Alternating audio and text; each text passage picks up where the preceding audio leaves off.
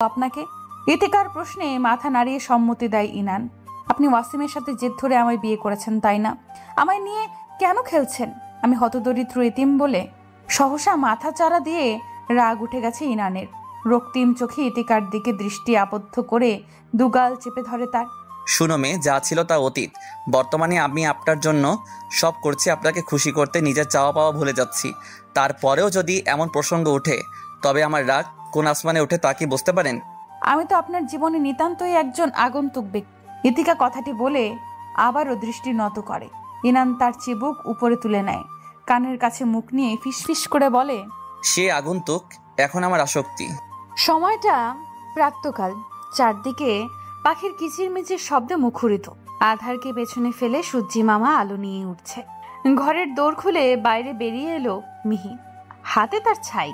দাঁত মাজতে মাজতে এগিয়ে গেল দিঘির পাশে। বেশ কিছুক্ষণ পর হাত মুখ ধুয়ে উঠে এলো সে। চোখের সামনে স্থির নয়নে মানবকে দেখে শরীরের রক্ত যেন হিম হয়ে গেছে। ওয়াসিম ভাই, আপনি এখানে? কেমন আছিস? জি ভালো ভাইয়া। বেশ শান্ত কণ্ঠে জবাব দিল মিহি। তোর বাবা কোথায়? বাপজান তো ভোরে বাজারে গেলেন। তোর সাথে কিছু কথা আছে, নদীর পাড়ে আয়। নদীর পাড়ে কেন? এখানে বলেন, ঘরে চলেন অন্তত। না, নদীর পাড়েই বলবো। দ্রুত আয়, দেরি করিস না কিন্তু। ওয়াসিমের শান্ত কণ্ঠ। মিহি হতভম্ব হয়ে তাকিয়ে আছে। দিন দিন মনে কেমন যেন ঘুণ পোকার বাসা বাঁধছে, যা ধীরে ধীরে বিনষ্ট করছে অন্তঃকরণ। অনুভূতিরা ফ্যাকাশে হয়ে গেছে। একটু চিৎকার দিয়ে কাঁদতে পারার যেন জো নেই। কাঁদবে বা কি করে? রমণীর আজকাল কাঁদতেও আজ্ঞার প্রয়োজন, এছাড়া কান্না তার জন্য নিষিদ্ধ। আর যদিও চোখের কার্নিশ বেয়ে দুফোঁটা জল গড়িয়ে পড়ে, তবে আর রক্ষে নেই। ইনান, নাসরিন সবাই চিৎকার চেঁচামেচি করে সারা বাড়ি মাথায় তুলবে। এই যে এখন একটু কাঁদতে চাইছে ইতিকা, কিন্তু কাঁদতে পারছে না। তাকে হতে হবে পাথরের মতো শক্ত। হাতের কফির মগটায় একটুখানি ফু দিয়ে চুমুক বসালো। তার পাশে রুমু যে কি না আগের দিনের মতো হাজারটা নিন্দাসূচক বাক্য ব্যয়ের প্রতিযোগিতায় নেমেছে। তার প্রতিটি কথা, প্রতিটি ধাপে বারবার বুঝিয়ে দিতে চাইছে ইতিকা ইনানের জন্য নয়। গ্রাম্য মেয়ে মানানসই বিষয়টা তার মাঝে নেই। ইতিকা সব কথা হজম করছে নির্বাক ভঙ্গিতে। আকস্মিক মেঝেতে কাঁচ ভাঙার শব্দে কেঁপে উঠল ইতিকা। ভাবনার জগৎ ছেদ হতেই লাফিয়ে ওঠে সে। সহসা চোখের সামনে ভেসে ওঠে এক অপ্রত্যাশিত ঘটনা। মুহূর্তেই কানে আসে ঠাস ঠাস শব্দের প্রতিধ্বনি। হতবম্ব দৃষ্টিতে তাকিয়ে আছে পলকহীনভাবে। আরেকটি চরের শব্দে সদ্বিত ফিরল ইতিকার। ততক্ষণেও ইনান থেমে নেই। ইচ্ছে মতো রুমুর গালে থাপ্পড় দিতে থাকে। ইতিকা লাহুমায় রুমুকে সরিয়ে আনে হিংস্ররূপী মানুষের কাছ থেকে, যার দৃষ্টিতে মায়া দয়ার ছিটে ফোটাও নেই। আরক্ত দৃষ্টিতে তাকিয়ে আছে সে ক্রুদ্ধ নয়নে হয়ে। সামনে থেকে সরে যান ইতি বউ। যাব না আমি। রুমুকে মারছেন কেন?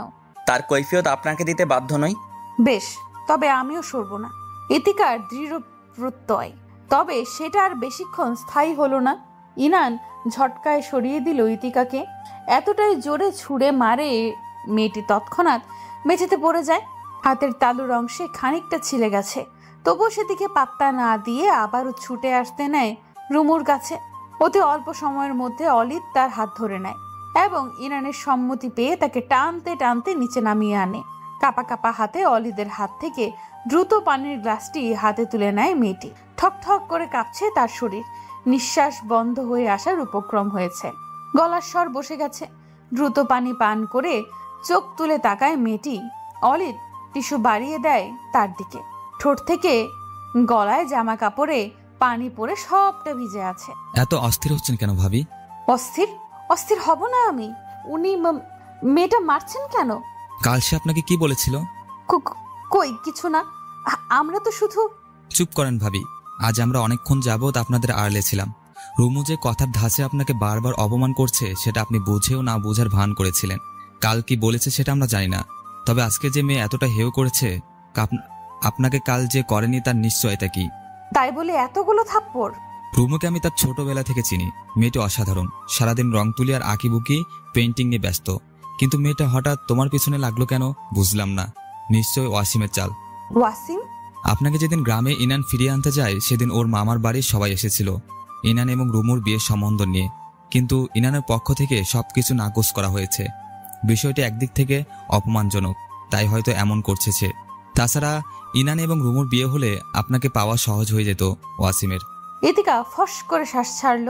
খোলা চুলগুলোকে মুষ্টিবদ্ধ করে দ্রুত খোপা করে দৃষ্টি নত করলো অলিদের দিকে। কিন্তু রুমুর কথাগুলো মিথ্যা নয় অলিদ ভাই। হিনানের সঙ্গে আমাকে কি যায়? সে কোথায় আর আমি কোথায়? তাছাড়া বিয়েটা যে ওয়াসিমের উপর প্রতিশোধ নিতে করা হয়েছে তা আমি বুঝতে পারছি। ইতিকা কথাটি বলে চুপ রয়ে যায়। অলিদের ললাটে ভাঁজ পড়ে কিঞ্চিত, ঠোঁটে তার অবজ্ঞার হাসি। উঠে দাঁড়িয়ে দরজার সামনে চলে যায়। দরজাটাকে ভিড়ে আবারও বসে যায় ইতিকার সামনে। একটা গল্প শোনাই আপনাকে ভাবি, মন দিয়ে শুনবেন। এই মুহূর্তে গল্প বলতে এসেছেন? আপনি ফাইজলামি করছেন নাকি ভাই? ইতিকার কথায় পাত্তা দিল না অলিদ, বরং সে বলতে শুরু করে। এক ব্যস্ত শহরে 4 বন্ধুর বসবাস। যদিও একজন ঢাকার বাইরে থাকতো, তবুও সে ঢাকাতেই আলাদা ফ্ল্যাটে থাকতো, কেননা পড়াশোনা তার ঢাকাতেই চলমান। হঠাৎ এক কালো অধ্যায় তাদের আলাদা করে দেয়। ছিন্ন ভিন্ন হয়ে গেল 4 জন বন্ধু। তার মধ্যে একযোগ রইল বাকি 3 বন্ধু। আরেকজন ছিল পিশাচরূপী। বেশ কয়েক বছর পর শোনা যায় গ্রামের কোন এক মেয়েকে নাকি সে ভালোবেসেছে। এতে পিশাচের পরিবার কিছুতেই মেনে নিতে পারেনি। সর্বশেষ পিশাচের পরিবার একটি ছলাকলা কৌশল করল, পিশাচকে পাঠিয়ে দিল দেশের বাইরে। আর বাকি 3 বন্ধুর মাঝে যে মধ্যমণি, তার পরিবারের একজনের সাথে ডিল করা হয়েছে মেয়েটিকে মারার। যোগসূত্রে মধ্যমণিকে বলা হয় মেয়েটিকে মারার জন্য। মধ্যমণি কৌশল এটে মেয়েটির সম্পর্কে 1.5 মাস যাবৎ অবগত হলো। পরিশেষে মধ্যমণি ছেলেটি এটাই বুঝল মেয়েটির তো কোনো দোষ নেই, সে নিতান্ত একজন নির্দোষ ভুক্তভোগী। সে চেয়েছিল ভালোবাসায় একটুকু আশ্রয়। মেয়েটির ছিল না কোনো নির্দিষ্ট পরিবার। ছেলেটি পড়ে গেল এক মায়া ঘোরে। সবাইকে উপেক্ষা করে মেয়েটিকে নানান বাহানায় ভয়ভীতি দেখিয়ে বিয়ে করে আনলো। আর মেয়েটিকে দিল একটি পরিবার, নতুন করে নিশ্চিন্ত মনে বাঁচার সুযোগ। কিন্তু সবকিছুর মাঝে মেয়েটি আজীবন ছেলেটিকে দোষারোপ করে গেল, কেননা এই বিয়ের কারণ সে তার ভালোবাসা হারিয়েছে। অবশ্য মেয়েটির দোষ কি, অন্তরালে সত্যিটা সে জানে না। অলিদ তর্জনীর আঙুল দিয়ে ললাট ঘষতে থাকে। বুকের ভেতরটায় ধুক ধুক শব্দ ক্রমশ বাড়ছে। ভ্যাপসা গরমে শরীরের চামড়া জ্বলে উঠছে। হুট করেই সুফিয়ার কথা মনে পড়ে গেল। ইস, মেয়েটাকে দেখছে না, কতদিন হয়ে গেল। শার্টের হাতা ফোল্ড করে তাকালো ইতিকার দিকে। মেয়েটির চোখের কার্নিশ বেয়ে নেত্রবাড়ি গড়িয়ে পড়ছে। তবে কি এই গল্পের সর্বশেষটা বুঝতে পেরেছে? তা ভেবেই ঠোঁটের কোণে যেন বিশ্বজয়ের হাসি ফুটে উঠল অলিদের। অলিদ ভাই, সবটা মাথার উপর দিয়ে গেল। গল্পটাতে কোথাও যেন আমি জড়িয়ে আছি, একটু বুঝিয়ে বলুন প্লিজ। অলিদ স্মিত হাসল। ওয়াসিমের বাবা বাহারুল ইসলামের সঙ্গে ডিল করেছিল তোমায় মারবে। যদিও তাদের দুজনের মাঝে চলছিল শত্রুতা, কিন্তু তোমায় মারলে ওয়াসিম তাদের হাতের মুঠোয় চলে আসবে। তাই দুজনে আবার আগের মতো বন্ধু হওয়ার সিদ্ধান্ত নেয়। ওয়াসিমের বাবা আর ইনানের মামু তারা আগে থেকে বন্ধু ছিল। রাজনীতির কলকবজায় তারা বন্ধু থেকে শত্রু হয়ে যায়। মাঝখানে বকরির গরু হলে তুমি, কিন্তু ইনান তোমায় বাঁচিয়ে দিল। ইনানের মতো যদি না পাল্টাতো তবে এতদিন তোমায় আর এই পৃথিবীর আলো দেখতে হতো না। অলিদ থেমে গেল, চেয়ে রইল ইতিকার পানে। ইনান ইতিকাকে বিয়ে করার কারণটা নিয়ে ইতিকার মাঝে ছিল নানান মতবাদ, সন্দেহ। আজ সবটা জেনে সে স্তম্ভিত। অলিদের দিকে একটু তাকিয়ে আবার দৃষ্টি সরিয়ে নেয়। বড় বড় শ্বাস ছেড়ে মাথায় হাত দিয়ে বলে, অলিদ ভাই, আরেক গ্লাস পানি দিন। শাহাবুদ্দিনের কথায় মুখ তুলে তাকায় বাহরুল ইসলাম। হাতে থাকা সিগারেটটায় আরেকটি টান দিয়ে ধোঁয়া উড়িয়ে দিলেন চিন্তিত মনে। আপাতত মেয়ে বিয়ে করছে না, আর চেয়েছিলাম ইনানের সঙ্গে বিয়ে, কিন্তু শাহাবুদ্দিনের কথায় কিঞ্চিত হাসলেন বাহরুল। ঠিক বলেছিস, তবে আমি অন্য চিন্তায় আছি। ইতিকাকে নিয়ে ব্ল্যাকমেল করে আমার শত্রুপক্ষ না আবার ইনানের মুখ থেকে আমার বিরুদ্ধে সব প্রমাণ জোগাড় করে নেয়। বাহরুল ইসলামের কথায় ঠোঁট বাঁকিয়ে হাসতে থাকে শাহাবুদ্দিন। কিছুক্ষণ আগেই হাসপাতালে হন্তদন্ত হয়ে ছুটে আসে ইতিকা, ইনান এবং অলিদ। সুফিয়ার সুইসাইডের কথা শুনে বুকের ভেতরটায় মুচড়ে ওঠে অলিদের। বেশ কিছুক্ষণ অপেক্ষার পর সুফিয়ার সঙ্গে দেখা করার সুযোগ হয়েছে তাদের। করিডোরের চেয়ারে বসে নিশ্চুপ চোখের জল ফেলছেন সুফিয়ার মা।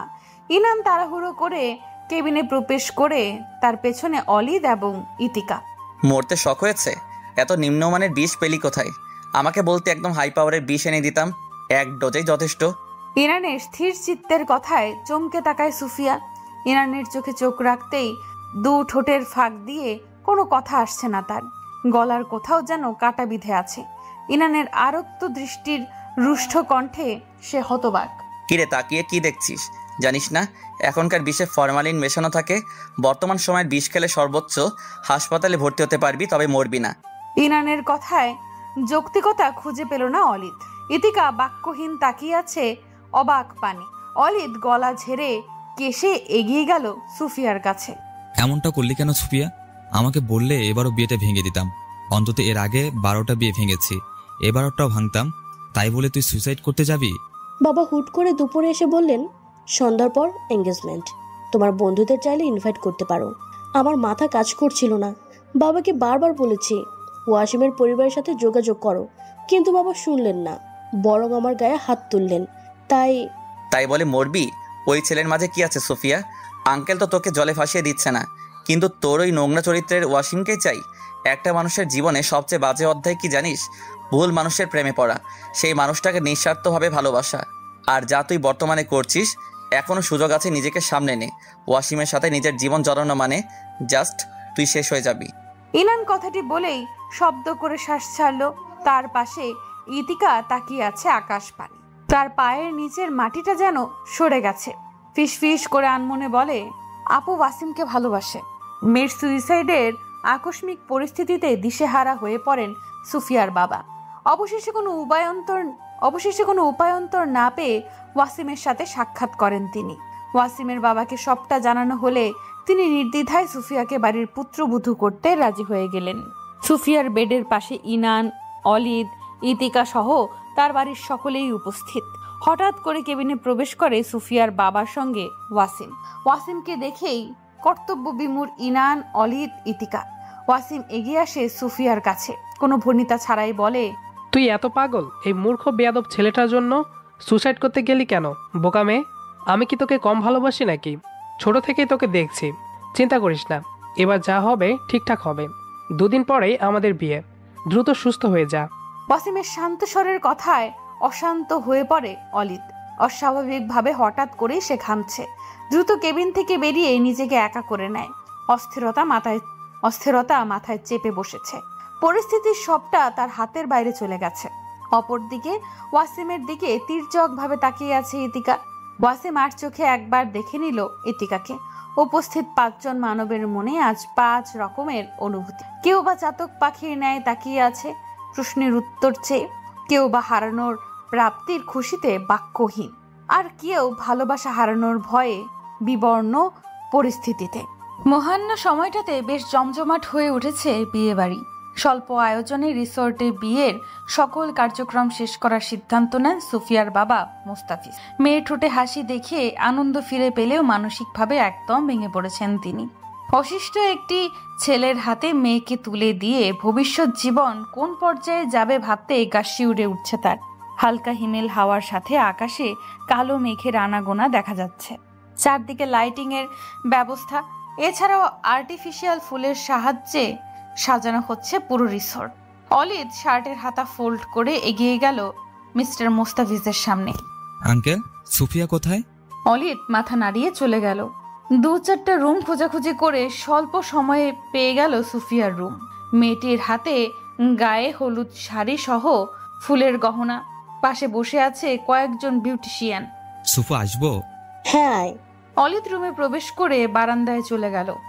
বিয়েটা তাহলে তুই করছিস? একটি ভুল সিদ্ধান্তের কারণে তোকে সারা জীবন কাঁদতে হবে রে। এখনো সময় আছে, বিয়েটা ক্যান্সেল কর। অলিদের কথায় বেশ রেগে গেল মেয়েটি। কিছু বলার আগেই তার 2 হাত টেনে নিল অলিদ।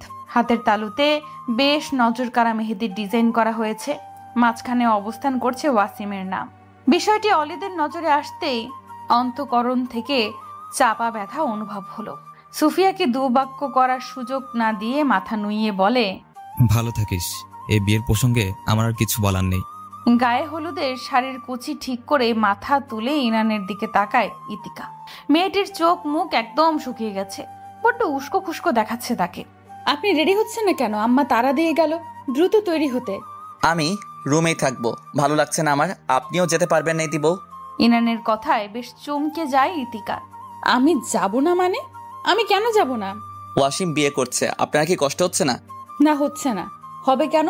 যে গেছে তাকে নিয়ে আমার কোনো মাথা ব্যথা নেই। ইতিকা আবারও শাড়ি ঠিক করতে মনোযোগী হয়। ইনান তার দিকে তাকিয়ে আছে প্রমত্ত দৃষ্টিতে। হাতে থাকা সিগারেটটা ট্রেতে রেখে এগিয়ে যায় ইতিকার দিকে। পকেটে হাত দিয়ে ইতিকাকে খুঁটিয়ে খুঁটিয়ে দেখতে ব্যস্ত সে। কিছু কি বলবেন? ইতিকার প্রশ্নে সদ্বিদ ফিরে তার। খানিকটা এগিয়ে এসে ইতিকার ঘাড়ে থুতনি রেখে শুধালো, অনেক কিছু। শাড়িটা খুলে রাখুন ইতি বউ, পরার দরকার নেই। কি সব বলছে আপনি? অনুষ্ঠান শুরু হয়ে যাচ্ছে, আম্মা তাড়া দিয়ে গেল। তুমিও অনুষ্ঠানে যাবে না, আমিও যাব না। আজ আমরা এখানে এই রুমে মধু চন্দ্রিমা কাটাবো, আর সাক্ষী থাকবে ওই যে খোলা আকাশের চাঁদটা। ইতিকা ঘাবড়ে গেল। ছিটকে দূরে সরে শাড়ির আঁচলটা গায়ে ভালোভাবে টেনে নিল। কি সব বলছেন? কেন, কি বলেছি আমি? দেখো, ওয়াসিমের গায়ে হলুদ দেখার আমার কোনো শখ নেই, আর আমি তো তোমাকে ওখানে যেতে দেব না, কখনোই না। ওয়াসিমকে টানছেন কেন? সুফিয়াপুর বিয়ে, আর আমরা তার দাওয়াতেই এসেছি। চুপ, আগে স্বামী ভক্তি করো। স্বামী ভক্তি পরম ভক্তি। ইতিকা থেমে গেল। ইনান তার সামনে এগিয়েছে, এসে চুলের খোপা ছেড়ে দেয়। কাঁচা হলুদের গাজরা খুলে হাতে মুড়িয়ে নেয়। নাকের সামনে এনে গাঢ় শ্বাস নিয়ে এক পলক তাকায় ইতিকার দিকে। আপনার হঠাৎ কি হয়েছে? এমন করছেন কেন? জিন ভর করেছে, জিনের কাতুকুতুতে আপনার সাথে এমন করছি। ইনান উগ্র কণ্ঠে কথাটি বলে দূরে সরে যায়। ইতিকা ফিক করে হেসে ইনানের হাত জড়িয়ে ধরে। আমাকে যেতে দিন, মিহি অপেক্ষা করছে। মিহি আপনার জন্য অপেক্ষা নয়, আমার জন্য অপেক্ষা করছে। মানে? ইতিকার কথার উত্তর দিল না ইনান। হাতে ফোন নিয়ে কাউকে যেন ফোন করলো। কিছুক্ষণের মধ্যে দরজায় টোকা পড়লে এগিয়ে গেল ইনান। হাতে তার একটি হলুদের কৌটা। মিহিকে দরজার বাইরে থেকে খানিকটা দেখতে পেল ইতিকা। ইনান দরজা বন্ধ করে ইতিকার পাশে এসে দাঁড়ালো। ঠিক তখনও ইতিকা কিছু একটা ভাবছে। তার চিন্তিত মুখ দেখে শুধালো ইনান, এই তিবো, কি ভাবছেন? মিহি কি হলো? সেদিন সুফিয়া বারবার রিকোয়েস্ট করেছে বিয়েতে আসার জন্য, কিন্তু সে প্রতিবারই নাকচ করে। আর যখন এলো তখন এত চুপচাপ নিরিবিলি। দিন দিন কেমন যেন হয়ে যাচ্ছে সে। আমারও তাই মনে হচ্ছে। গতবার তাকে দেখছিলাম চঞ্চল একটি মেয়ে, কিন্তু এবার কেমন যেন হয়ে গেল। ইতিকার বুক চিরে বেরিয়ে এলো দীর্ঘশ্বাস। ইনান তার কাছে খানিকটা ঝুঁকে গালে গলায় হলুদ মাখিয়ে দেয়। তার কাণ্ডে ভড়কে যায় ইতিকা। তোড়ঝোড় করে সরে ইনানের দিকে অগ্নিদৃষ্টিতে তাকিয়ে বলে, কি করলেন আপনি? আমার সাজগোজ সব নষ্ট করে দিলেন। রেগে যাচ্ছেন কেন ইতি বউ? আমি তো আপনাকে এই রুমের বাইরে এক পাও যেতে দেব না। তার থেকে ভালো আমার সাথে হলুদ সন্ধ্যা পালন করুন। আসুন বউ, কাছে আসুন। কথাটি বলে খিটমিট করে হাসতে থাকে ইনান। ইতিকা বেশ রাগ লাগলো। ডানে বামে কিছু একটা খুঁজতে থাকে ইনান, তখনও হাসছে। হুট করে কাঁচ ভাঙার শব্দে চমকে তাকায় ইনান। তৎক্ষণাৎ বাম হাতে কামড় অনুভব করতেই ছিটকে পড়ে। ইতিকা তার সর্বোচ্চ শক্তি দিয়ে ইনানের হাতে কামড় বসিয়ে দেয়। ইতি বউ, আমার লাগছে। লাগুক, অনেক সহ্য করেছি আপনার জ্বালাতন, আর পারবো না। ইনান আবার খিটমিট হেসে উঠে। কায়দা করে ইতিকার চুলের ভেতর হাত ঢুকিয়ে জাপটে ধরে তাকে। সহসা ইতিকা অনুভব করে তার কানের লতিতে তীব্র ব্যথার। চিৎকার দেওয়ার আগে ইনান তার মুখে হাত দিয়ে খামচে ধরে। কার সাথে ঝগড়া করতে এসেছেন ইতি বউ? ইফতিহার ইনানের সাথে পাঙ্গা নিয়ে কখনোই পারবেন না। আর ভালোবাসায় তো হারিয়ে দিলাম তাকে, মজনু বানিয়ে ছেড়েছি। ইনান প্রতি উত্তর করলো না, আর চোখে নির্বাক ভঙ্গিতে তাকায় ইতিকার দিকে। ইতিকা শাড়ি ঠিক করতে করতে সরে যেতে নিলে ইনান পেছন থেকে তার হাত টেনে ধরে। একটু পাশে বসুন ইতি বউ। বাইরের এত আয়োজন আমার ভালো লাগছে না। কেমন যেন সবটা ধোঁয়াশা, ওলট পালট লাগছে। কি হচ্ছে, কেন হচ্ছে? ইনানের মন খারাপ দেখে ইতিকা এগিয়ে আসলো। বিছানায় বসে ইনানের হাত টেনে বসতে ইশারা করে। ইনানও পাশে বসে ইতিকার ঘাড়ে মাথা রাখে। ইতিকা পরম যত্নে ইনানের চুলে হাত বুলিয়ে দেয়। একটা কথা না বলে পারছি না, আপনি আমার কথাটা শুনুন। বলুন ইতি বউ। আজ যদি আমরা বাইরে না যাই, ইগো নিয়ে বসে থাকি, তবে দেখবেন সবাই কিন্তু খারাপ ভাববে, আর সবচেয়ে খারাপ লাগা তৈরি হবে সুফু আপুর মনে। প্লিজ চলুন। আর আপনি কি আমায় নিয়ে ভয় পাচ্ছেন? ইতিকা দীর্ঘ নিঃশ্বাস ছাড়ে। ঘাড় থেকে মাথা তুলে তাকায় ইতিকার চোখের দিকে। ওয়াসিমকে দেখে যদি আপনার অতীত মনে পড়ে যায়, যদি খারাপ লাগা তৈরি হয়, তখন তো আমায় দোষারোপ করবেন। এই ইতিকার জীবনে যদি কেউ থাকতে হয়, তাহলে একমাত্র ইফতিহার ইনানই থাকবে। আমি অতীত ভাবতে চাই না, আমাকে ভবিষ্যৎ ভাবতে দিন। একটা কথা বলি, আপনাকে কাছে পাওয়ার অনুভূতিগুলো আমার জীবনে সবচেয়ে দামি।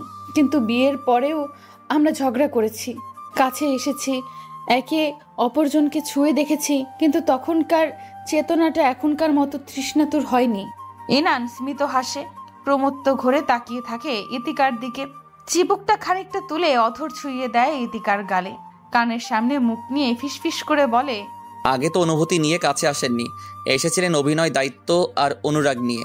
সাউন্ড বক্সের তীব্র শব্দে এক স্থানে দাঁড়িয়ে থাকা দায় হয়ে পড়েছে ইনানের। চারদিকে গোচর করেও দেখা মিলল না অলিদের। রিসোর্টের সব রুমে সতর্কতা চাহনিতে গোচর করল সে।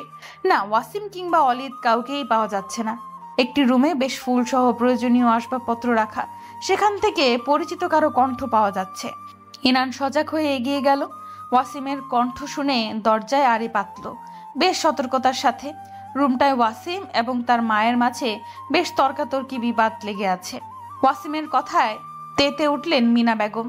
চোখে যেন আগুনের ফুলকি ঝরছে। তার রাগ দেখে ওয়াসিম ঘাবড়ে গেল। ডান হাতে গাল চুলকে নিজেকে স্থির রেখে এগিয়ে গেল মিনা বেগমের সামনে। মিনা বেগম যেন স্থির হলেন, চুপচাপ দৃষ্টি আবদ্ধ করলেন মেঝের দিকে। ওয়াসিম তার মায়ের নীরবতাকে সম্মতি ভেবে জড়িয়ে ধরল পেছন থেকে। অদৃশ্য নিকষ কালো ধোঁয়াশার মতো ঘিরে আছে ইনানের চোখ। সবটা পানসে লাগছে তার। এদিকে সুফিয়ার পাগলামো, অন্যদিকে ওয়াসিমের বেইমানি। কি করবে সে? এই মুহূর্তে বিয়ে ভাঙা মানে সুফিয়া আবার আত্মহত্যা করবে। ইনান পড়ে গেছে গোলক ধাঁধায়। রং বেরঙের লাইটিং, আর্টিফিশিয়াল ফুল সহ গাছের তাজা ফুল দিয়ে সাজানো হয়েছে স্টেজ। বিভিন্ন রকম লাইটিংয়ের সমারোহ পরিবেশটা। সোফিয়া স্টেজে বসে আছে, তার পাশে ওয়াসিম। দুজনের ঠোঁটের কোণে হাসির আভাস। ইনান সেদিকে তাকিয়ে ঠোঁট বাঁকায় বিড়বিড় করে বলে, উফ, হাসি একদম উতলায় পড়ছে, অসভ্যর দল। ইনান তার চাহনি সরিয়ে নেয়। পাশে তাকিয়ে অলিদকে দেখে ভরকে যায়। ছেলেটার চোখ মুখ অস্বাভাবিকভাবে ফুলে আছে, আরক্ত হয়ে আছে তার চোখ দুটো। অলিদ, তোর এমন বেহাল দশা কেন?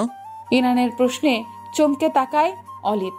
নিজেকে আড়াল করতে চেয়েও পারল না। ঠোঁটের কোণে কৃত্রিম হাসি ঝুলিয়ে বলে, তেমন কিছু না, আসলে অ্যালার্জিটা বেড়েছে। তোর অ্যালার্জি আছে? কই, আগে তো এমন কথা বলিসনি। আমার সঙ্গে এত বছর ছিলি, অথচ। ইনানের কাছে পালিয়ে বাঁচতে দ্রুত শুধরালো অলিদ। তুই থাক, আমি একটু আসছি। অলিদ দ্রুত পা চালিয়ে বিদায় হলো। অপরদিকে ইনানের সবটা এলোমেলো লাগছে। স্টেজের সামনে রাতুলকে দেখে ইশারায় ডাক দিল সে। ইনান কিছু বলার আগেই রাতুল শুধালো। মুহূর্তেই ইনানের সব ধাঁধার সমাধান যেন পেয়ে গেল। চকচক করে উঠল তার অক্ষি যুগল, কিন্তু মুহূর্তেই চুপসে গেল। বুকের ভেতরটায় কেউ যেন শব্দ করে হাতুড়ি পেটাতে শুরু করছে। ইনানের কথা শুনে দীর্ঘশ্বাস ছাড়ল রাতুল। ঠোঁটের কোণে অবজ্ঞার হাসি রেখে বলে, মুহূর্তেই ইনানের কাছে তার নিজেকে সবচেয়ে বড় নিরর্থক এবং বোঝা একজন ব্যক্তি মনে হলো, যে কিনা চোখের সামনে তার দুই কলিজার বন্ধুর ধীরে ধীরে জীবন ধ্বংস হতে দেখছে। তবে কি তার কিছুই করার নেই? গভীর ঘুমে মগ্ন ইতিকা আবদ্ধ সে ইনানের বাহুডোরে। বেনুনি ঢিলে হওয়ায় খোলা চুলগুলো এলোমেলো হয়ে পড়ে আছে কপালের উপর। অন্ধকার রুমটায় চাঁদের কোমল আলো আলোকিত করছে ইতিকার মুখখানা। এই নিকষ কালো অন্ধকারে ঘুম নেই ইনানের চোখে।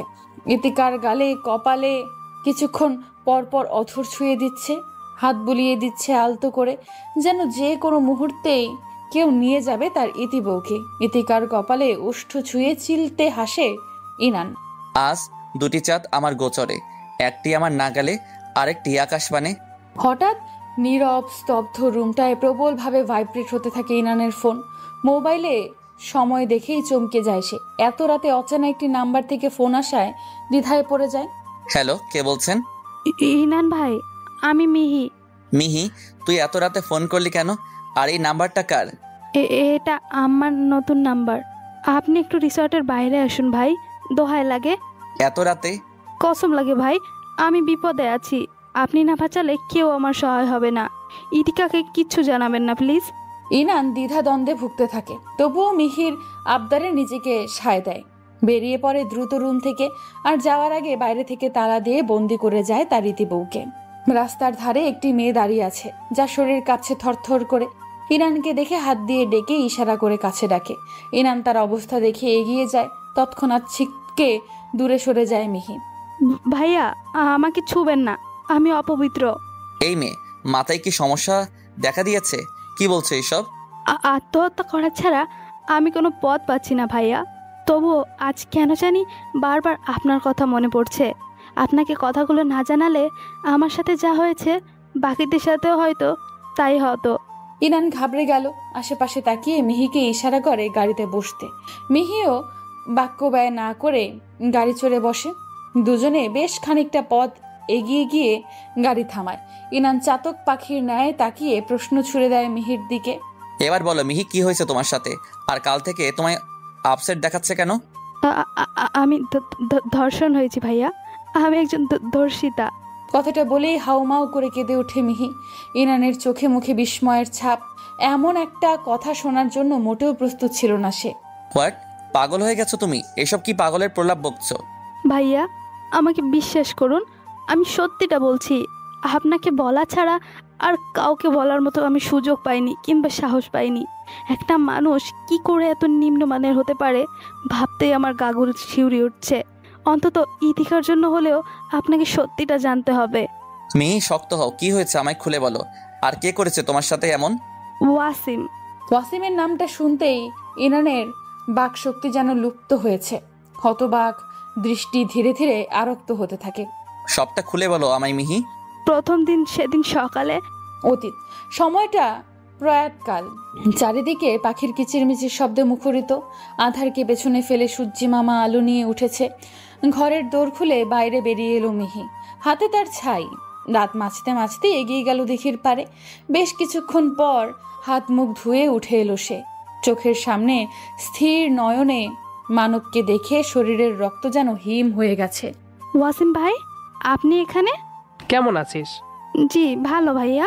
বেশ শান্ত কণ্ঠে জবাব দিল মিহি। তোর বাবা কোথায়? বাপজান তো ভোরেই বাজারে গেলেন। তোর সাথে কিছু কথা আছে, নদীর পাড়ে আয়। নদীর পাড়ে কেন?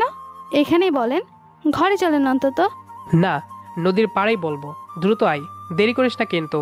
ওয়াসিমের শান্ত কণ্ঠ। মিহি হতবম্ব হয়ে তাকিয়ে আছে। অতীতের কথা বলে থেমে গেল মিহি। দু ঠোঁট তার কাঁপছে। ইনান সন্দেহের দৃষ্টিতে তাকিয়ে বলে, তারপর কি হয়েছে? আমি নদীর পাড়ে গেলে আমাকে জোর করে গাড়িতে তুলে নেয়। তারপর নিরিবিলি একটি জায়গায় নিয়ে। মিহি কেঁদে উঠল। ইনান গাড়িতে হেলান দিয়ে তার রাগ দমনে ব্যস্ত।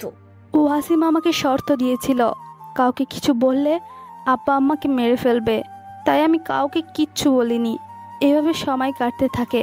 আমিও নিজেকে নিয়ে অপরাধী হিসেবে ভুগতে থাকি। নিজের ওপর যখন নিজে বিরক্ত হয়ে যায় তখন বেঁচে থাকা খুব কষ্টকর হয়ে যায়।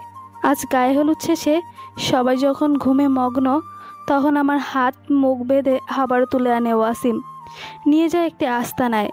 যতটুকু দেখেছি আস্তানাটি মাটির নিচে। মাটির নিচে? ইনান বেশ ধমকের সুরে কথাটি বলে। তখনই ঘাবড়ে যায় মিহি। চমকে তাকায় ইনানের দিকে। হ্যাঁ ভাইয়া, মাটির নিচে। ওই আস্তানাটা আমার। মামুর দলে থাকাকালীন স্পেশাল সিকিউরিটি নিয়ে আমি আস্তানাটি তৈরি করি, কিন্তু সব ছেড়ে আশায় আস্তানার দায়িত্ব দিয়ে দিয়েছিলাম মামুকে। এখন হয়তো সেটি ওয়াসিমের দখলে। হ্যাঁ, ওই আস্তানায় নিয়ে যায় আমাকে আবারও। কিন্তু যখন আমায় হুমকি দিল ইতিকার সম্পর্কে, তখন আমি আর নিজেকে স্থির রাখতে পারিনি। যা করার করে দিয়েছি। ইতিকাকে নিয়ে কি হুমকি দিয়েছে তোমায়? আমার সাথে যা হয়েছে তা আরও বাজেভাবে হবে ইতিকার সাথে। তবে অন্তত ইতিকাকে কোনোভাবেই ছাড়বে না। মুহূর্তে ইনানের দমানো রাগটা দ্বিগুণ বেড়ে যায়। জোরে জোরে ফসফস করে শ্বাস নিয়ে ঠোঁট কামড়ে বলে, কুত্তাটা কোথায় আছে এখন? সে নেই ভাইয়া। আমি আমি তাকে মেরে ফেলেছি। মানে সত্যি? সত্যি ভাইয়া। আমি লোহার পাত দিয়ে মাথার পেছনে বাড়ি মারতেই সে ঘুরে পড়ে যায়। নিজের রাগ নিয়ন্ত্রণ করতে পারিনি। একে একে বেশ কয়েকবার আঘাত করি। তৎক্ষণাৎ মাটিতে লুটিয়ে পড়ে। আর রক্তাক্ত অবস্থায় তাকে রেখে চলে এসেছি আমি। আমি যা করেছি তা নিয়ে অনুতপ্ত নই, বরং আমার মতো কোনো মেয়ের সম্মান হারানোর আগে সেই মেয়ের বাঁচিয়ে দিলাম। এবার আমি মরলেও শান্তি পাবো। আমি তো বেশি দিন হয়তো বাঁচবো না, কেননা অপরাধবোধ আমায় বাঁচতে দেবে না। মিহি ঠোঁট কামড়ে কাঁদতে থাকে। ইনান দিশেহারা হয়ে পড়েছে। কি করবে সে ভেবে কুল পাচ্ছে না। মিহিকে সবটা সত্যি বলছে নাকি লুকিয়ে আছে অন্য কিছু। টিমটিমে লাইটের আলোয় রক্তাক্ত দেহখানি পড়ে আছে ওয়াসিমের। মাথাটা বিভৎসভাবে থেতলে আছে। ইনান খুঁটিয়ে খুঁটিয়ে লাশটা দেখতে ব্যস্ত। তার পাশেই মিহি থরথর করে কাঁপছে। ইনান আস্তানার অন্য একটি রুমে প্রবেশ করে। সেই রুমের পাশেই একটি ওয়াশরুম। দ্রুত ওয়াশরুমে প্রবেশ করে ছেলেটি হাত মুখ ধুয়ে নেয়। আয়নায় নিজের ক্লান্ত ছাপের মুখটা দেখে দীর্ঘশ্বাস ছাড়ে। বেশ কিছুক্ষণ পর তার ঠোঁটের কোণে হাসির আভাস পাওয়া যায়। আয়নায় নিজের চেহারার দিকে তাকিয়ে ঠোঁট বাঁকিয়ে বলে, মামু আমায় রাজনীতির একটা পর্যায় শিখিয়েছে, যেখানে আমাকে হতে হবে স্বার্থপর পাষাণ। এতদিন এই বিষয়গুলো নিয়ে আফসোস করলেও আজ কিঞ্চিত পরিমাণেও আফসোস হচ্ছে না। একটু পর যা হবে ভালোর জন্য হবে। অন্তত এই ক্ষেত্রে পাষাণ হয়ে মস্ত বড় উপকার হলো আমার। ইনান থামে, দেয়ালের সাথে হাত ঠেকিয়ে জোরে জোরে শ্বাস ছাড়ে। নিজের ভেতরটায় কেমন বিবশ হয়ে আসছে। নিজের সাথে নিজেই হিসাব মেলাতে পারছে না সে। আয়নার সামনে আবারও ঘুরে তাকায় ছেলেটি। ভালোভাবে দৃষ্টি রেখে আপন মনে বলে, লিসেন ইনান, তুই তো ওয়াসিমকে মারিসনি, তাহলে তোর দোষ আসার প্রশ্নই আসে না। তাছাড়া একটি পবিত্র মেয়েকে অপবিত্র করেছে, সেই শাস্তি তাকে পেতেই হবে। আমাকে এমন একটা কাজ করতে হবে যেখানে ওয়াসিম মৃত, এটা কেউ জানবে না। মিহি ধর্ষিতা, এটাও কেউ জানবে না। ইনান মুখে হাত দিয়ে থেমে যায়। তর্জনীর আঙুল দিয়ে কপাল ঘেঁষে বেশ রোষ নিয়ে বলে, কুত্তার লেজ কখনো সোজা হয় না। তবে যাই করছিস একটা দিক দিয়ে তুই ধন্যবাদ পাওয়ার উপযুক্ত। তোর কারণে আমি ইতিবইয়ের দেখা পেয়েছি। তোর কারণে যে মেয়েকে মারতে আমি দীর্ঘ 1.5 মাস পরিকল্পনা করেছি, আজ আবার তাকে বাঁচাতে তোর লাশ গুম করব আমি। এক ঢিলে 2 পাখি মারার বুদ্ধিটা তোর কাছ থেকে শিখেছিলাম রে। একটি চেয়ারে বসে নিশ্চুপ কাঁদছে মিহি। তার পাশে এসে দাঁড়ায় ইনান। মিহির মাথায় হাত রেখে দৃঢ় প্রত্যয় নিয়ে বলে, মিহি এখন যা হবে তা আমাদের সবার জন্য ভালো, তোমার, আমার, ইতিকা কিংবা সবার জন্য। দেখো ওয়াসিম আর বেঁচে নেই, এটা জানাজানি হয়ে গেলে পুলিশের তদন্তে তোমার নাম জড়িয়ে যাবে। তাছাড়া তোমার সাথে যা হয়েছে সে অন্যায়টা কেউ দেখবে না, বরং ওয়াসিমকে মারার দায়ে তোমারই হ্যারাসমেন্ট করবে সবাই। তবে আমি এখন কি করব ভাইয়া? নিজের উপর নিজেরই ঘৃণা হচ্ছে। বেঁচে থাকার মতো কোনো পর্যায়ে আমার কাছে নেই। মিহির কথায় রুষ্ট হলো ইনান। হাত উঁচিয়ে মেয়েটিকে ধমক দিয়ে বলল, যা হয়েছে সব ওয়াসিমের দোষ, তোমার তো তাতে কোনো দোষ নেই। নিজেকে অপরাধী ভাবা বন্ধ করো। আর এখন যা হবে তা যেন কেউ না জানে, একদম কেউ না। আমার ফ্রেন্ড, তোমার মা বাবা, কাউকে কিচ্ছুটি বলবে না। মিহি নিশ্চুপ মাথা নাড়িয়ে সায় দেয়। মুহূর্তেই ইনানের চোখে মুখে হিংস্রতার আভাস পাওয়া যায়। কিছু সময় পর আস্তানার মধ্যে বয়স্ক একজন লোক প্রবেশ করে, যার চেহারায় উস্কো খুস্কো ভাব। ভরডর করে বেরিয়ে আসছে মুখ থেকে মদের গন্ধ। ইনান তাকে দেখে এগিয়ে গেল। অজয়বাবু কেমন আছেন? লোকটা হেলে দুলে কথাটি বলে পিট পিট চোখ করে তাকায় ইনানের দিকে। ইনান সৌজন্যমূলক হাসি হেসে তার ঘড়ির দিকে তাকায়। রাত প্রায় 8:30 বেজে গেছে। অজয়বাবু, ওই যে লাশটা দেখতে পারছেন, ছেলেটাকে তো আপনি চেনেন। ওয়াসিম আর নেই। আপনাকে একটা অফার করছি, লাশটা কেটে আমাদের নদীর পাড়ে যে চিতা আছে সেখানে নিয়ে যেতে সাহায্য করবেন, এবং সব কাজ গোপনে করতে হবে। কাজটা শেষ করলে 10 লক্ষ টাকা পাবেন। আপনি জানেন আমি কথার খেলাপ করি না। ইনানের এমন প্রস্তাবে শিউরে উঠল মিহি। ইনানের দিকে বেশ কিছুক্ষণ তাকিয়ে থেকে দৃষ্টি সরিয়ে নেয়। অপরদিকে অজয়বাবু এমন এক প্রস্তাব পেয়ে তার 2 চোখ চকচক করে ওঠে। যার কাজ লাশ কাটা, তার কাছে ওয়াসিমের লাশ কাটা নিতান্তই তুচ্ছ কাজ। আর এই কাজের জন্য 10 লক্ষ টাকা পাওয়া মানে আকাশের চাঁদ পাওয়ার মতো অবস্থা তার। ইনান একচিলতে হাসি দিয়ে ইশারা করলো অজয়বাবুকে। মুহূর্তেই তিনি টানতে টানতে ওয়াসিমের লাশ অন্য একটি রুমে নিয়ে যায়। মিহি ধরফরিয়ে এসে ইনানকে হালকা করে ধাক্কা দেয়। পাগল হয়ে গেছেন আপনি ভাইয়া? ওয়াসিমের লাশ কাটবেন, চিতায় নেবেন? এটা ছাড়া আর কোনো রাস্তা নেই। তুমি যদি ঘাবড়ে যাও, শক্ত না হও, আমারও আর কিছু করার থাকবে না। আরেকটা কথা মাথায় রেখো, ওয়াসিমকে আমি মারিনি, মেরেছো তুমি। সম্পূর্ণ দোষ তোমার উপর পড়বে। মিহি থেমে গেল। কোনো এক গোলক ধাঁধায় সে পিষে মরছে, পড়ে যাচ্ছে তার অন্তঃকরণ। বিষণ্ণ রাত্রি। শ্মশান ঘাটের সামনে উপস্থিত ইনান এবং মিহি। আকাশের বিদ্যুৎ চমকানিতে বিদঘুটে পরিস্থিতি তৈরি হয়েছে। শ্মশান ঘাটের পাশে বেশ কয়েকটি কুকুর হাক পরিবেশটা আরো ভয়ঙ্কর করে তুলছে। অজয়বাবু ওয়াসটা একাই বহন করে ক্লান্ত হয়ে গেছেন। অতিরিক্ত মদ্যপানে দাঁড়িয়ে থাকার জো নেই। ইনান দীর্ঘশ্বাস ছাড়লো। চারদিকের হিমেল হাওয়াতে সে ঘামছে প্রচন্ড। জীবনে এমন এক পরিস্থিতি আসবে কখনো ভাবিনি সে। তবে আজ যা হয়েছে তা নিয়ে মোটেও অনুতপ্ত নয় ছেলেটি। না, উত্তর দিকে যে জঙ্গলটা আছে সেখানে মাটি চাপা দিয়ে দাও। যা বলেছি তাই করুন অজয়বাবু। দ্রুত গর্ত করুন, ফজরের আজান দিয়ে দিবে কিছুক্ষণ পর, তখন কিন্তু ঝামেলা হয়ে যাবে। অজয়বাবু বিনা বাক্যে স্থান ত্যাগ করলো। দ্রুত মাটি খুঁড়ে ওয়াসটা পুঁতে রাখে। মাটি চাপা দিয়ে পুরনো গাছের ডাল, পাতা, খড়কুটো স্তূপ সাজায়। কেউ বিন্দু পরিমাণ সন্দেহ করতে পারবে না এই জঙ্গলে কারো পুঁতে রাখা হয়েছে। সবটা কাজ ইনান দক্ষ হাতে শেষ করে। অজয়বাবু ক্লান্ত শরীর নিয়ে ঘাটে ফিরে গেলেন।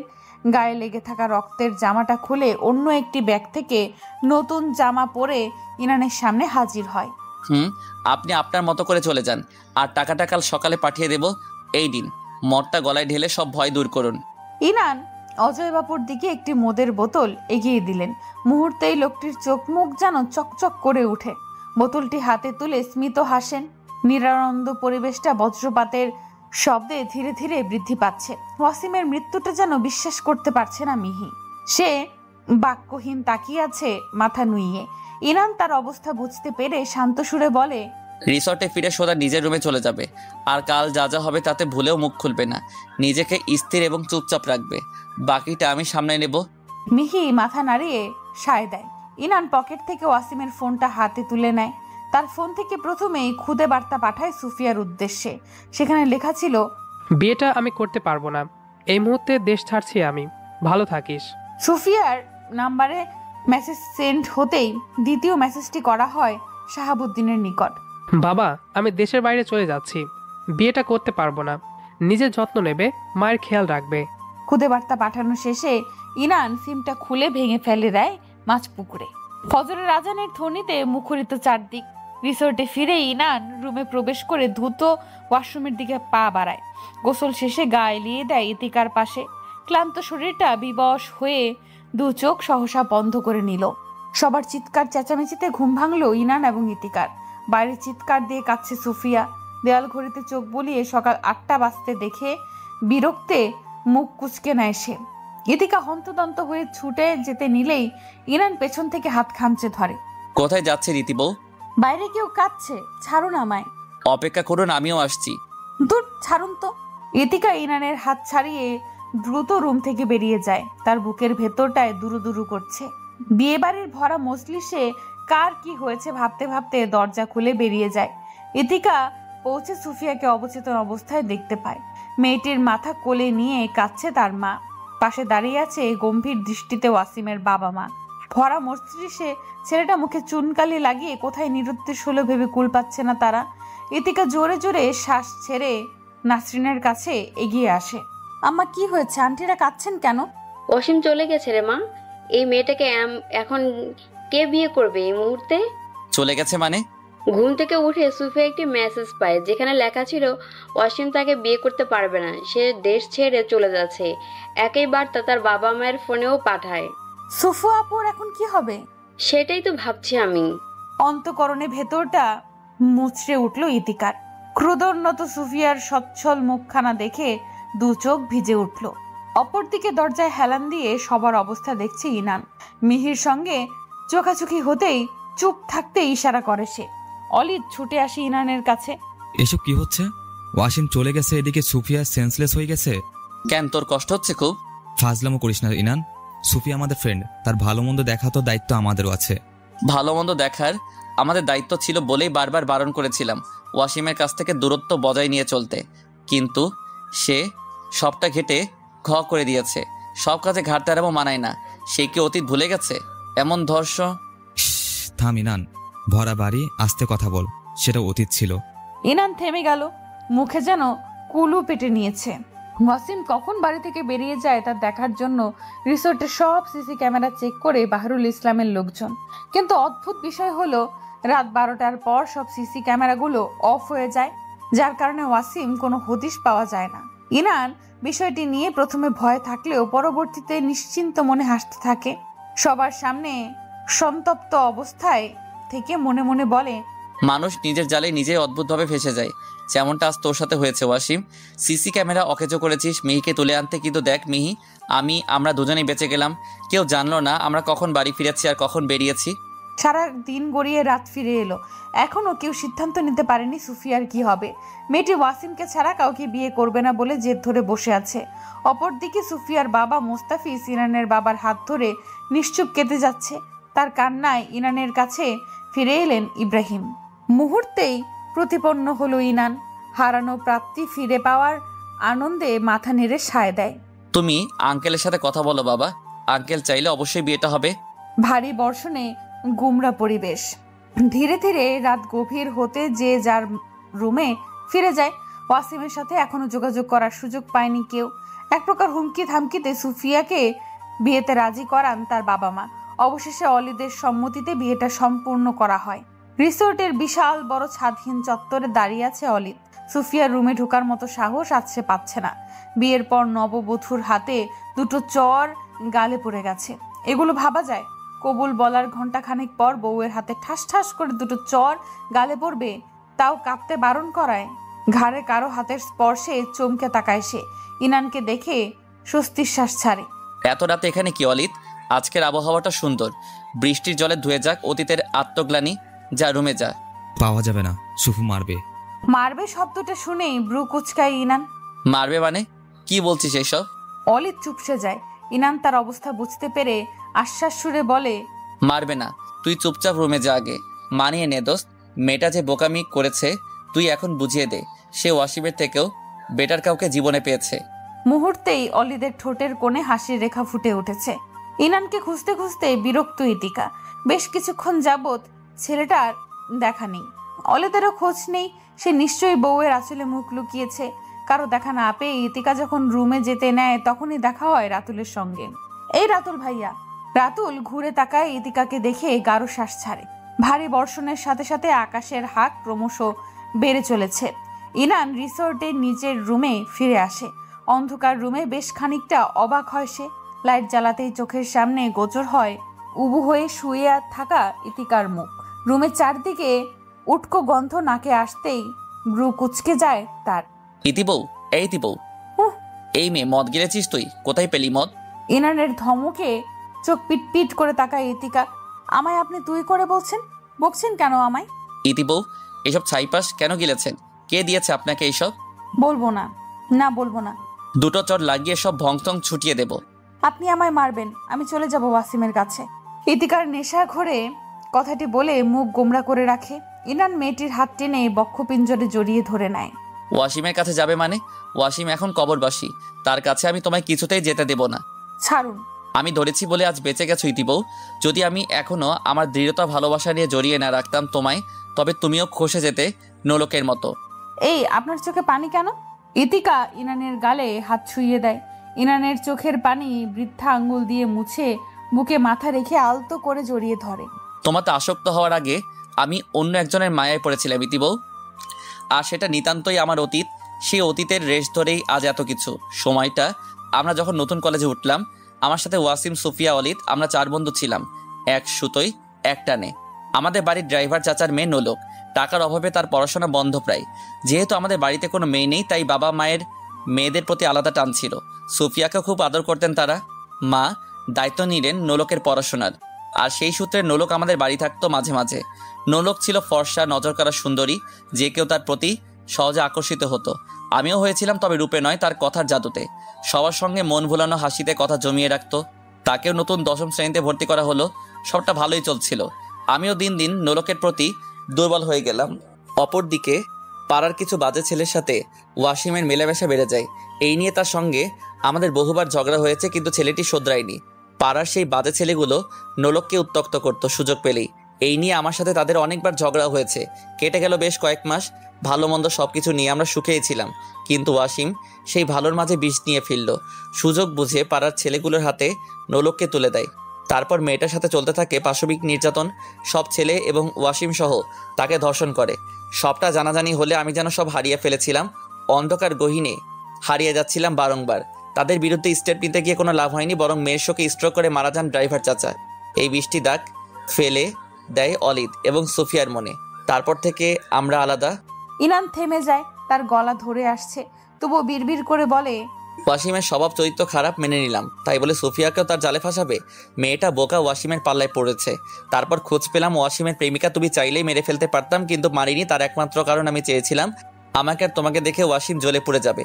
তাছাড়া নির্দোষ একটা মেয়েকে মারার মতো কলিজা এখন আমার হয়নি। সব কিছুর ঊর্ধ্বে আমি তোমায় রক্ষা করতে পেরেছি, এটাই আমার জন্য সবচেয়ে বড় পাওয়া। ইনানের গাল বেয়ে চিবুক থেকে